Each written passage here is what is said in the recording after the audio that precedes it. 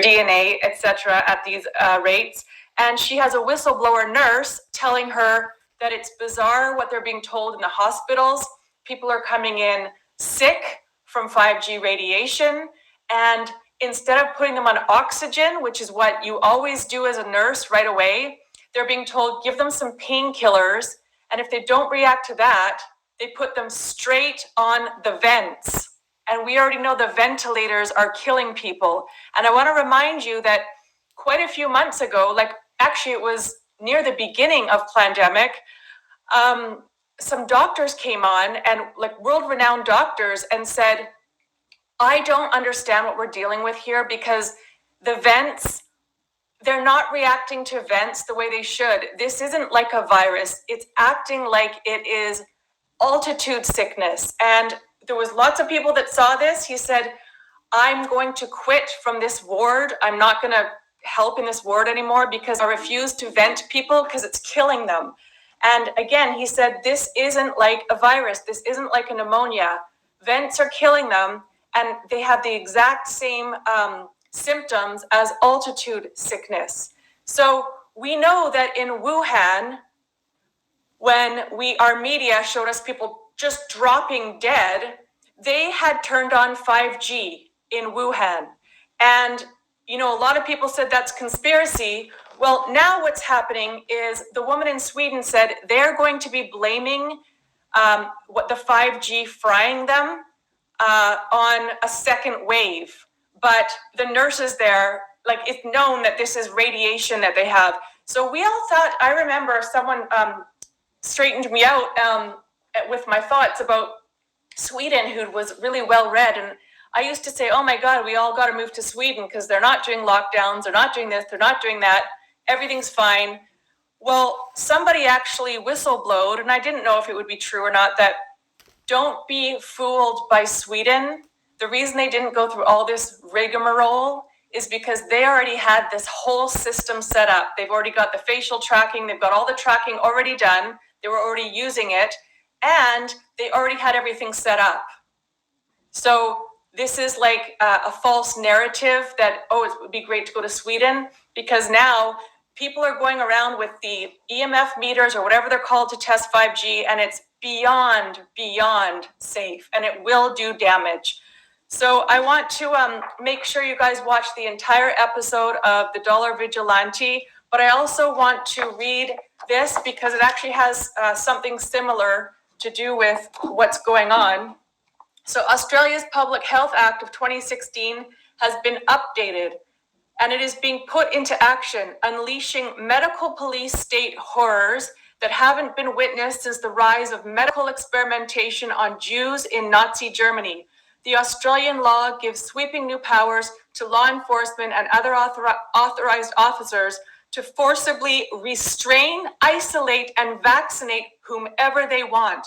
The new powers are so descriptive, they give law enforcement the legal power to remove anything the person is wearing, including underwear, quote unquote. The authorized officer can medically kidnap adults or children and force the targeted individuals to undergo medical observation, medical examination, medical treatment, or compulsory vaccination.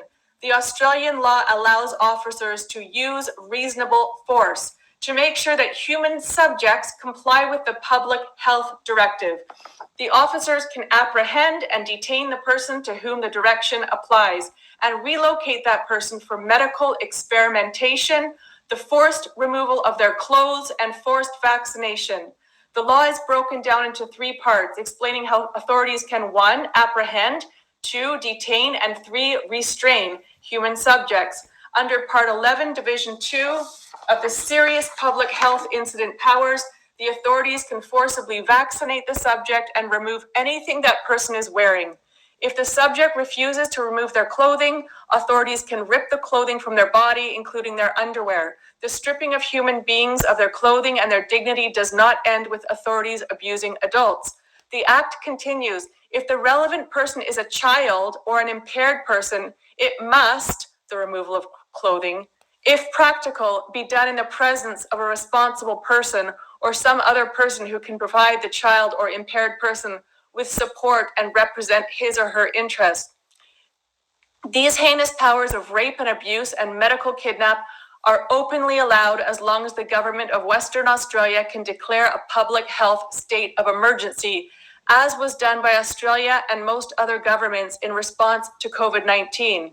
Australia, like many other governments, will not relinquish these newly delegated powers easily. As long as humans exist, the threat of a viral infection will linger, and governments will capitalize on this fear to abuse anyone they want. Forced medical experimentation in Australia violates international treaties. The new experimental drugs and vaccines that are being rushed into existence will be forced onto Australians. Australian Prime Minister Scott Morrison said a coronavirus vaccine will be made as mandatory as you can possibly make it, according to these emergency public health orders.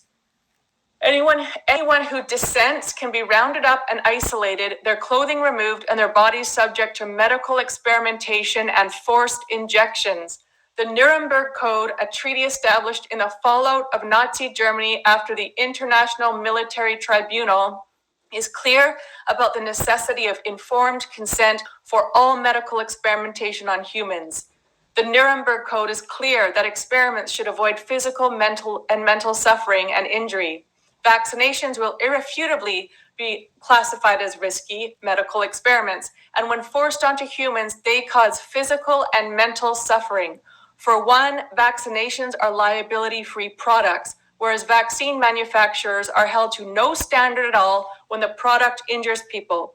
Two, vaccinations are not tested against a double-blind saline placebo. And three, no studies are conducted comparing the non-vaccinated and the vaccinated in